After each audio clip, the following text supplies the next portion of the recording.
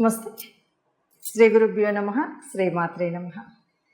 ప్రేక్షకులందరికీ శ్రీ క్రోధినామ సంవత్సర శుభాకాంక్షలు.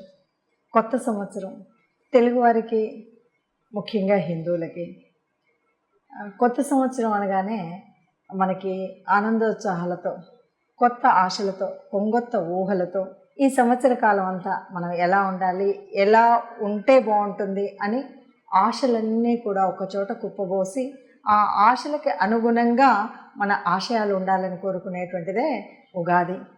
ఉగాది అనగానే మనకి ముఖ్యంగా గుర్తొచ్చేటిది పంచాంగ శ్రవణం. మన ఈ సంవత్సరం అంతా కూడా మన యొక్క రాశి ఫలాలు ఎలా ఉన్నాయి, వీటిలలో మరి ఉన్నటువంటి ఈ రాశి ఫలాలకు అనుగుణంగా మనం ఎలా ఉండాలి, ఏ ఏ గ్రహాలు అనుకూలించట్లేదు, ఏ ఏ గ్రహాలు అలంకరిస్తున్నాయి, మరి అలాగే రాజ్యపూజ్యం ఎంత, అవమానం ఎంత, ఆదాయం ఎంత, వ్యయం ఎంత, వీటన్నింటికి అనుగుణంగా మనం ఏ రకమైనటువంటి ప్రణాళిక వేసుకోవాలి, ఇవన్నీ ఆలోచిస్తాం. అసలు పంచాంగానికి పూజ చేయకుండా ఏ తెలుగిల్లు కూడా ఉండదు. ఉగాది అనగానే ముఖ్యంగా మనం పంచాంగానికి పూజ చేసి తిథి వార నక్షత్ర యోగకరణాలన్నింటితో కూడా కలిసి మనకు ఎలా ఉంటుంది ఈ సంవత్సర కాలం అని చూసుకునేటువంటిది.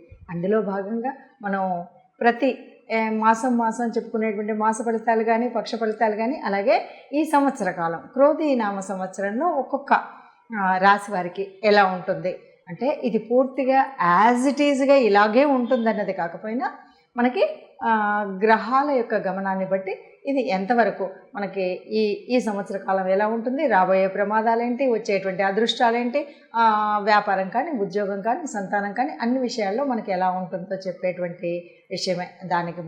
దానికి ఒక్కొక్క రాశి యొక్క ఫలితాలు ఎలా ఉన్నాయి ఈ సంవత్సర కాలానికి చూద్దాం.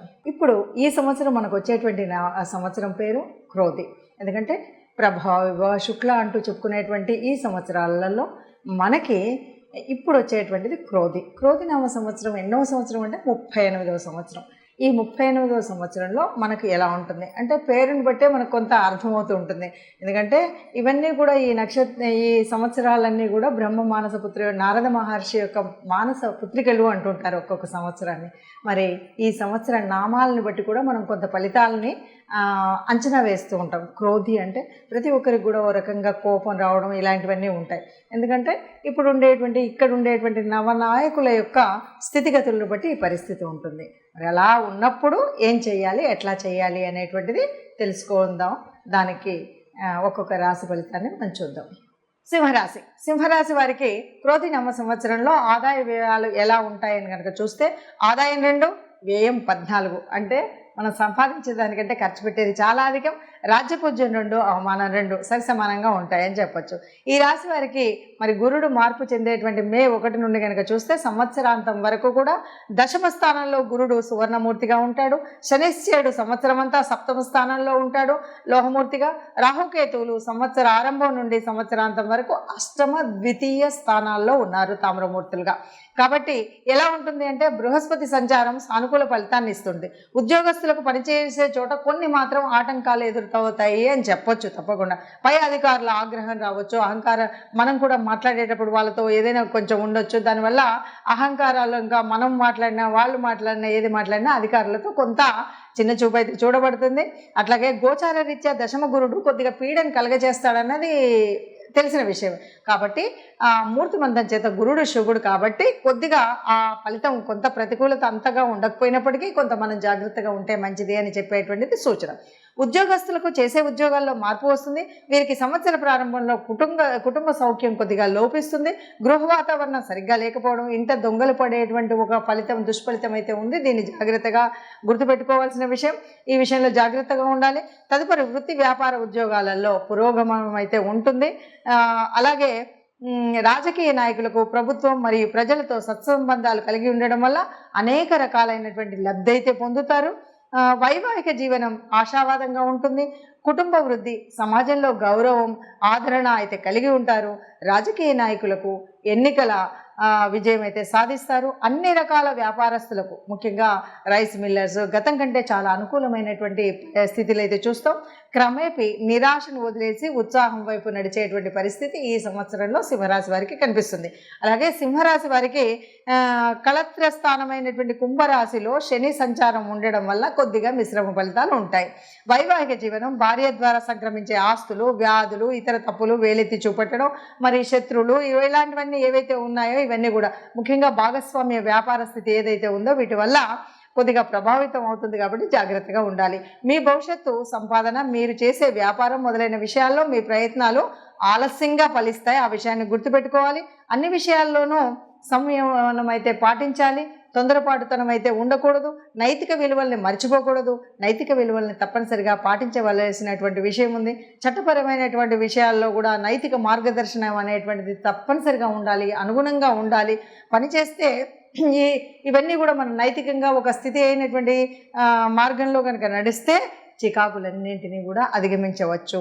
రాహు అష్టమ స్థానంలో, కేతువు ధనస్థానంలో ఉండడం వల్ల వ్యవహార ప్రతిబంధకాలన్నీ తెలియజేస్తుంది. కాబట్టి మీరు ఆ వ్యవహారాలలో కొద్దిగా జాగ్రత్తగా ఉండాలి. అట్లాగే నీచమైన కార్యకలాపాలు ఏవైనా ఉంటే వాటిలలో దూరకుండా, పాల్పడకుండా జాగ్రత్త వహించాలి. ఇక మఖా నక్షత్రం వారికి అధికంగా బీపీ, రక్తపోటు అంటారు కదా, అలాంటివి వచ్చేటువంటిది ఉంది. సంతాన వృద్ధి ఉంటుంది. పుబ్బా నక్షత్రం వారికి వర్తక వ్యాపారాలన్నీ కూడా సామాన్యంగా ఉంటాయి. వివాహం ఆలస్యం అవుతుంది. ఉత్తర నక్షత్రం వారికి సర్వత్రా జయం కలుగుతుంది అని చెప్పొచ్చు. ఇక మనం ఏదైనా విష్ణు సహస్రం ఇలాంటివన్నీ జాగ్రత్తగా చేసుకుంటే మాత్రం బాగుంటుంది. సింహరాశి వారికి ఈ సంవత్సర కాలం అంతా విన్నారు కదా. మరి ఈ రాశికి మనకి ఇలా ఉంది అని చెప్పినప్పుడు ముఖ్యంగా ఇది ఒక్కొక్క మాసానికి ప్రత్యేకించి చెప్పట్లేదు, పూర్తిగా సంవత్సర కాలానికి. ఒక సంవత్సర కాలము అంటే మనం చక్కగా ప్రణాళిక వేసుకోవచ్చు. ఏ వ్యవహారంలో ఏ గ్రహాన్ని అనుకూలిస్తుంది, ఏ గ్రహం అనుకూలించట్లేదని చూసుకోవడమే కాకుండా సంవత్సర నామంలోనే క్రోధి అని ఉంది కాబట్టి మనల్ని మనం మానసికంగా కొంత ప్రశాంతతతో, కొంత ఓపికతో, కొంత మనం ఆలోచనని సరిగ్గా వేసుకొని, అంచనా వేసుకొని ఒక్కొక్క అడుగు ముందుకు వేసినట్లయితే ఏ కష్టం రాకుండా ఈ సంవత్సర కాలం అంతా సుఖంగా, సంతోషంగా ఉంటాం. ముఖ్యంగా మనం ఆశించేది ఏంటి అంటే అందరం కూడా సంతోషంగా ఉండాలి, అందరం కూడా ఆనందంగా ఉండాలి, అందరికీ అన్నీ ఉత్సాహంగా, చైతన్యంతో కూడినటువంటి పనులే జరగాలి. అందుకే మనం కొత్త సంవత్సరం అనగానే నవనవలాడుతున్నటువంటి ఆ చైతన్యం అంతా కూడా ప్రకృతిలో అంతా కూడా పరవశించి కొత్త చైతన్యాన్ని, కొత్తదనాన్ని, కొంగొత్త ఊహలతోటి కనిపించేటువంటి ఒక ప్రకృతి తత్వాన్ని మనం ప్రేమిస్తాం, ప్రకృతి తత్వాన్ని పూజిస్తాం. ఆ ప్రకృతి తత్వాన్ని పూజించేటువంటి మనకు, ప్రకృతిలో పరమాత్మ ఉందని చెప్పేటువంటి మనకు గ్రహాల యొక్క అనుగ్రహం కలగడం కోసం చేసేటువంటి పూజా విధానం ఉంటుంది. అందుకే మనం పంచాంగాన్ని పూజించాము. అందులో ఉన్నటువంటి పరమాత్మ తత్వాన్ని తెలుసుకుని గ్రహాల అనుకూలత కోసం మనం ఏ ఏ గ్రహాలు అనుకూలించట్లేదో దానికి అనుకూలంగా మనం గ్రహశాంతి కానీ, ఆ గ్రహాలకు సంబంధించినటువంటి స్తోత్రాలు కానీ చదువుకుంటూ ఉంటే సుఖంగా ఉంటామని చెప్తూ సర్వే జనా సుఖినో భవంతు. నమస్తే.